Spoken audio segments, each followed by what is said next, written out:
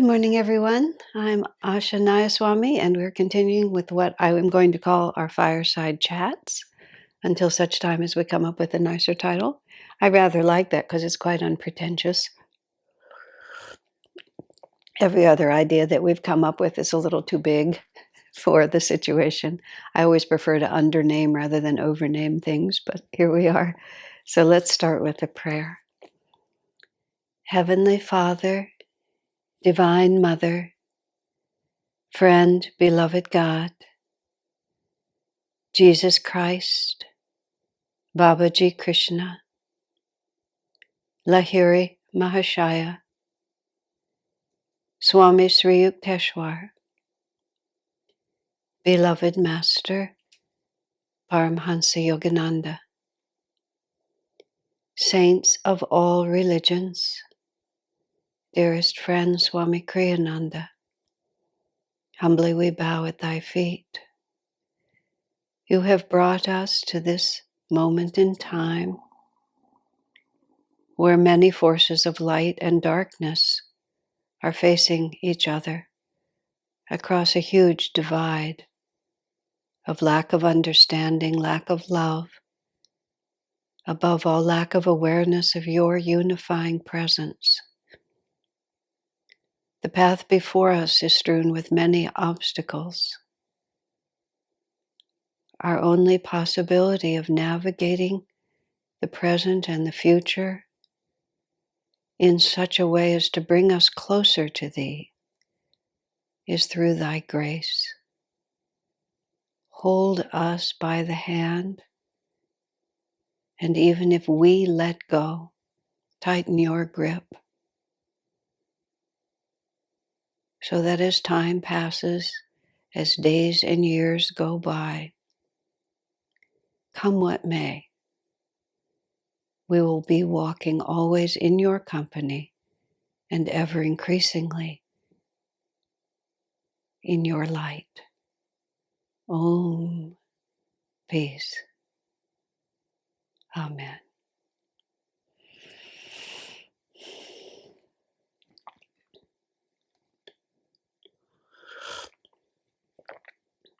I was talking to a friend of mine who's well versed in history, and he was putting the present in context a little bit about how massive changes in communication potential often destabilize society. I, um, I, I don't know whether I'm ever going to get back to the announced topic today. We shall see. He was talking about how the printing press allowed people to read the Bible on their own, and combined with that was the movement to translate the Bible into local languages. And prior to that time, religious authority was in the hands of those who had specialized access to special information. But once anybody who called themselves a Christian could read the Bible, you can see immediately what a storm of confusion from some people's point of view would be unleashed with that incredible increase in being able to personally attune and decide for yourself. I'm not a historian. I'm not well versed, but I've seen dramatizations of that time, and that's when Protestantism really gained a foothold, because all of a sudden the monolithic authority of the Catholic Church was just being broken, and it was hugely dangerous to have these Bibles in the vernacular. And I remember some scene from some dramatic movie that I saw, or probably it was a dramatization of a documentary, the dramatization part, in which some person stood up in church and started reading from the Bible. You know, the priest had always read it in Latin, and now this man is reading it in German or whatever language it was. And the riot that, breaks out in the church at that exact moment. And then moving along, then you have newspapers which come and then information is distributed. Then you have the telegraph. See, because we live with all these things, we don't think about when they were first invented. I remember a little Reader's Digest vignette that was so vivid to me. Was this woman was in her grandmother's house, and she was sitting in her grandmother's kitchen, and the child is just talking. It was a young adult talking to grandma about, of all the modern inventions, what do you think is the most wonderful? And the grandmother walked over and turned on the water tap. And at first, the granddaughter didn't even know what her grandmother was doing, because running water is nothing that we think of as a, quote, modern invention.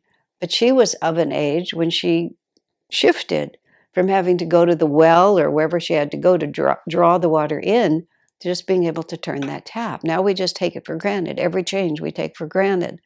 And that's fine. That's how people work. It doesn't serve us, as we say, to be told that in my day I had it so hard I had to walk 5 miles to school uphill in both directions. It's like there's no value in that. But there is value in being able to see what we're caught up in and what happens. And then after newspapers came the telegraph.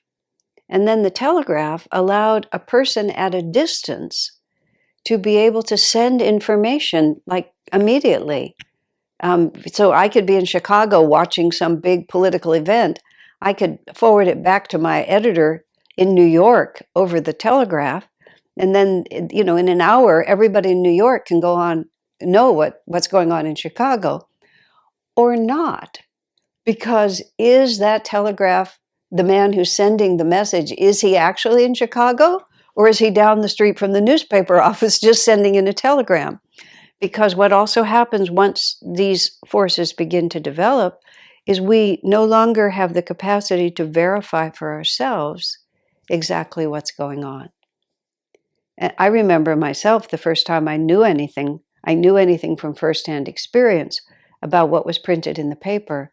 And I noticed that what was printed in the paper did not conform to my actual experience. It was a rather unnerving moment, I have to admit, because up until that point, I had simply trusted the paper.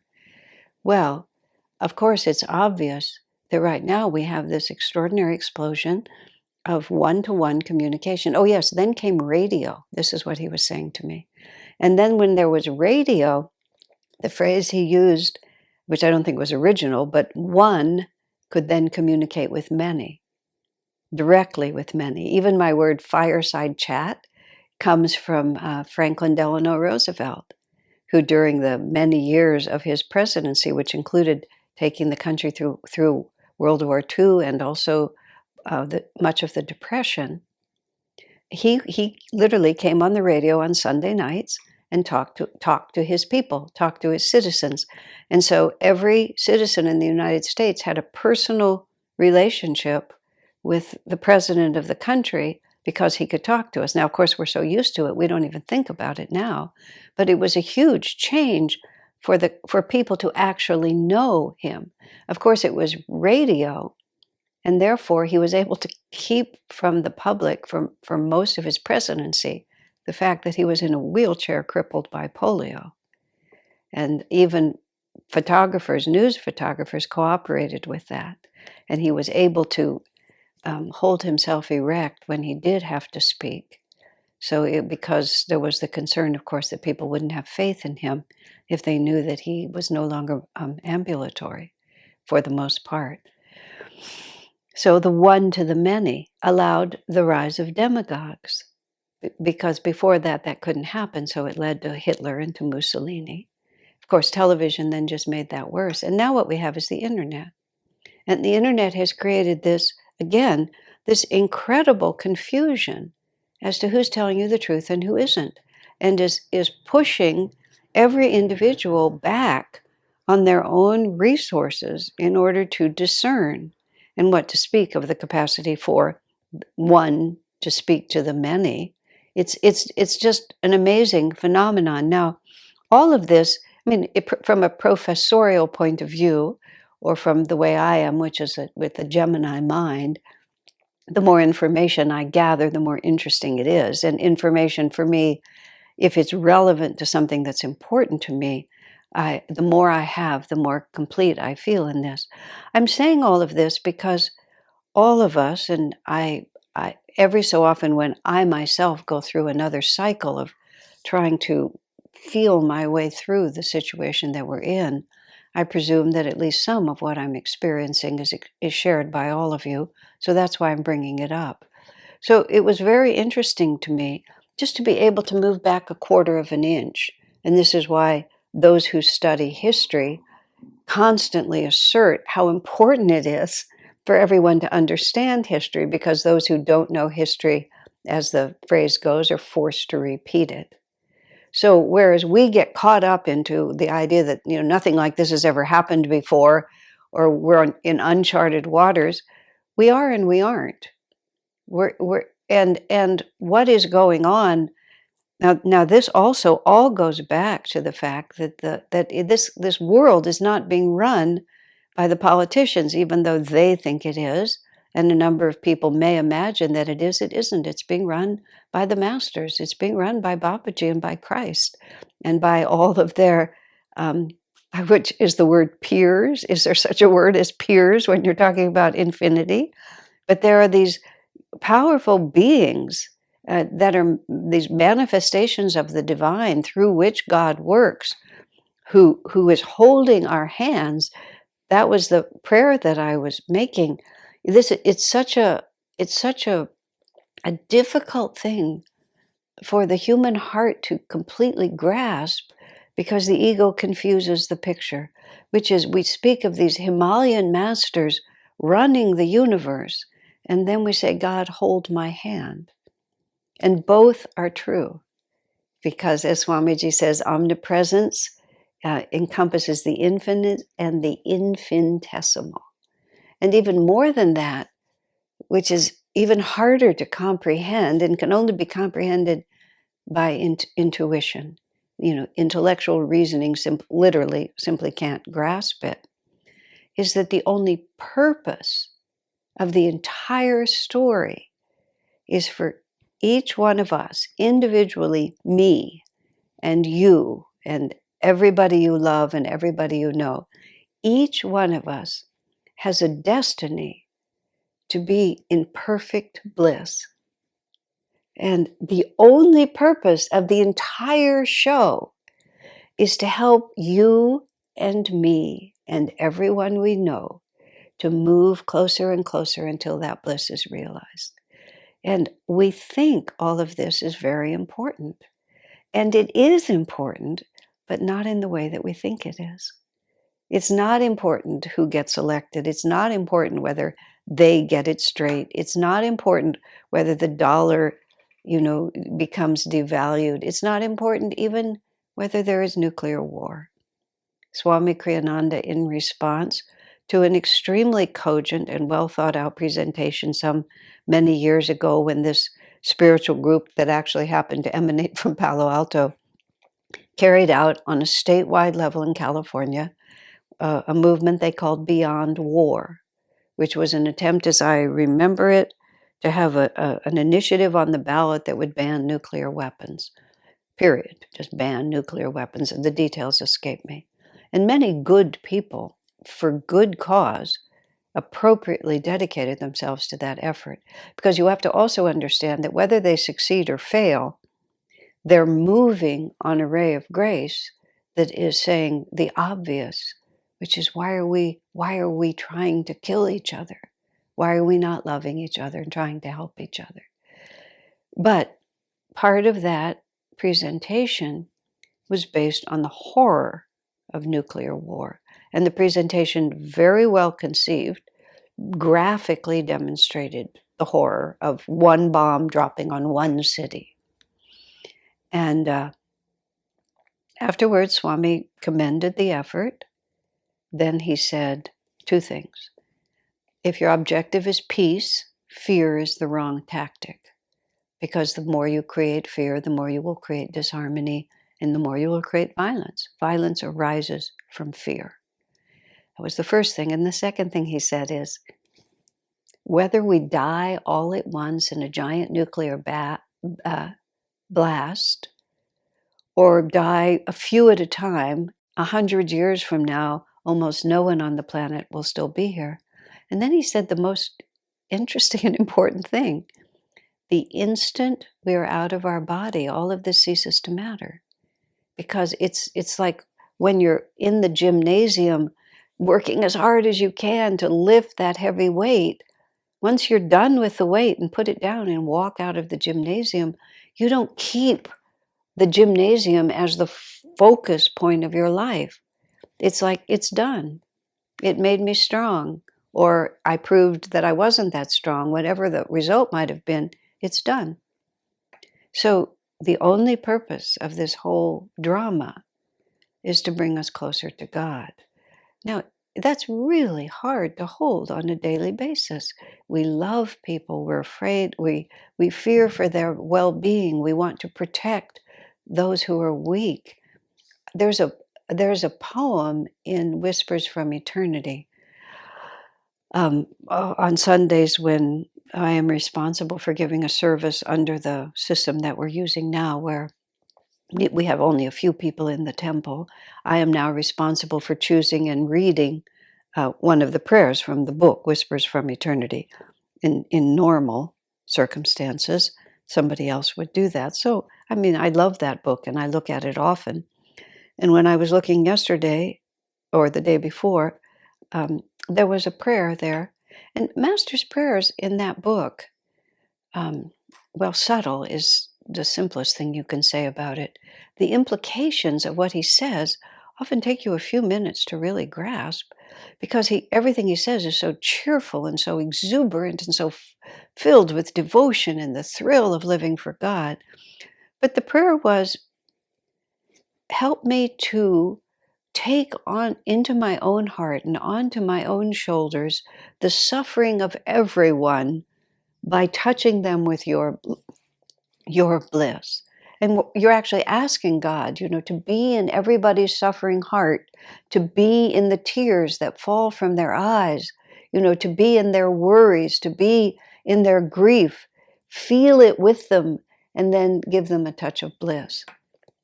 I thought, no, thank you. I mean, that's a great poem, but I'm not going to read that one out loud. Sufficient unto the day are the difficulties already that I am conscious of. But then I realized what we say in the Festival of Light every week. This is Swamiji's, ritual that he's written, and he's talking about the masters. Greater can no love be than this. From a life of infinite joy and freedom in God, willingly to embrace limitation, pain, and death for the salvation of mankind, such ever has been the sacrifice of the great masters for the world. That they have no reason. They're completely innocent. The whole purpose is finished for them. But they see us still flailing around in confusion, and ever and again through your awakened sons, the answer comes. And this is, again, from the festival, what we cry out, from the depths of unknowing, we cry out, Lord, what is the nature of reality? For what end was I made? Ever and again through your awakened sons, the answer comes. This is the great mystery, and this is the grace of God, that we have Jesus, we have Babaji, we have Yogananda, we have Rama, we have Krishna, we have Ramakrishna, we have Chaitanya, we have, and on, all Saint Francis, Teresa, and all the Indian saints and sages, just goes on and on. Ever and again through your awakened sons, these beings who really understand the way out live with us for a time, set these enormous waves of grace moving, and inspire their great disciples to lift up the banner and carry the enormous wave of grace until finally it reaches me and it reaches you. One little intuition, one book, one poster. I remember this man telling me that he was standing on a street corner and there was a bookstore on the opposite side of the street, and the bookstore was closed, but there were curtains, blinds drawn, but there was a gap in the blinds. And in the gap in the blinds, there was, as it turned out, he didn't know what it was, there was a greatly enlarged picture of, I believe it was the cover of Autobiography of a Yogi, because it was a bookstore and they were selling it. And the break in the blinds was right across Master's eyes. So this man is standing on the street at a very low point in his life without any idea of what he's going to do. He looks across the street, and through the break in the blinds, Master is looking at him. I mean, how many forces had to converge for that to happen? And that became a turning point in his life. It saved his life.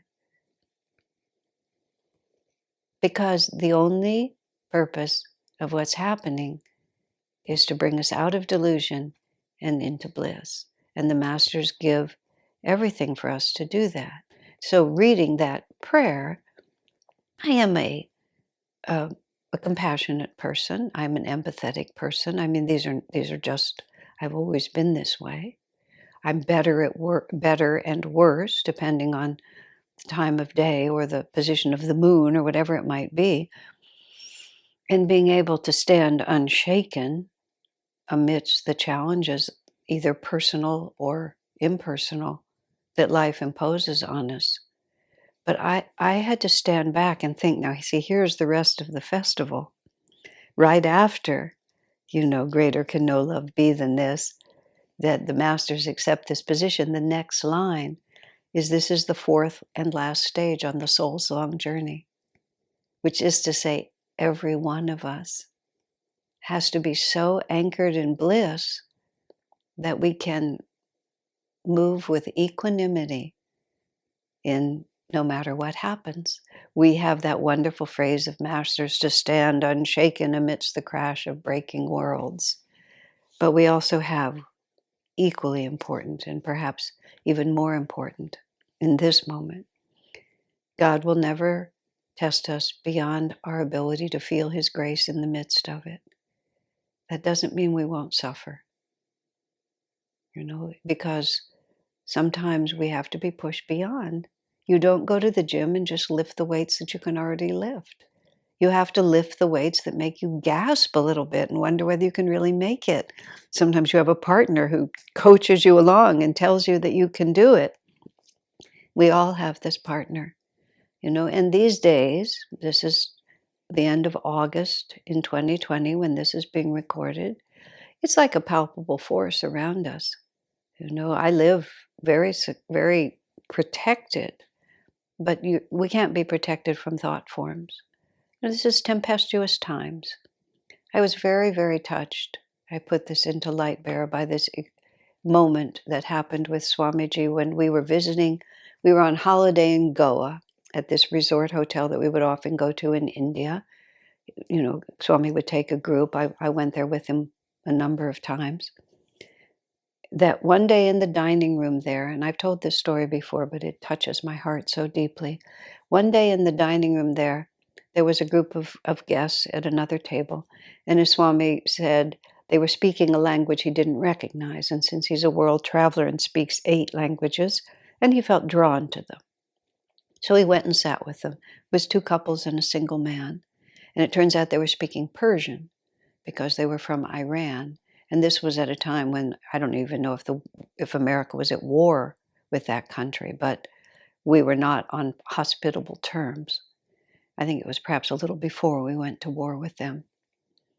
But so Swamiji sat there with them of the evening and had a nice talk. He asked them about a man he'd known in college, an Iranian man. He said, did he become well known? Swami said, because he seemed like the kind of person who had become well known, and they all knew him, and they said yes, he was a national figure. Swami said, was he a good man? And they all said, the government declared him a bad man, so the people know that he is a good man. Then the next morning, Swamiji came down, and he had a little package with him, which he said nothing about. And when he saw that group sit down, he went over and sat with them again, and came back without the package. And when he came back to the table, he said to us, He said, I brought them a present. And he said, when I gave them the present, I said, and then Swami's eyes filled with tears, and so did ours. He said, I handed them the gift, and I said, when good people have a bad government, there's nothing that ordinary citizens can do. But I, at least, can give this present to you, affirming the friendship between us. I mean, that's where we are, friends. You know, Babaji is also in charge of those who are inciting hate and violence in this world. And that's very hard for us to understand. I was recently told of a statement that Babaji made that came through intuitive sources, but it makes sense. And it said that Babaji said, I can't do anything about the darkness, he said, but my responsibility is simply to increase the light.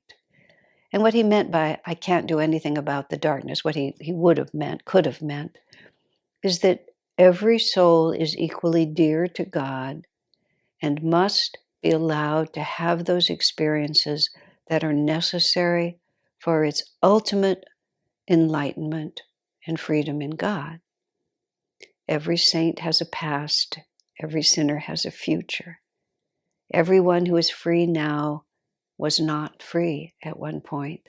And every dark experience, according to Master, is only repudiated after we test it out.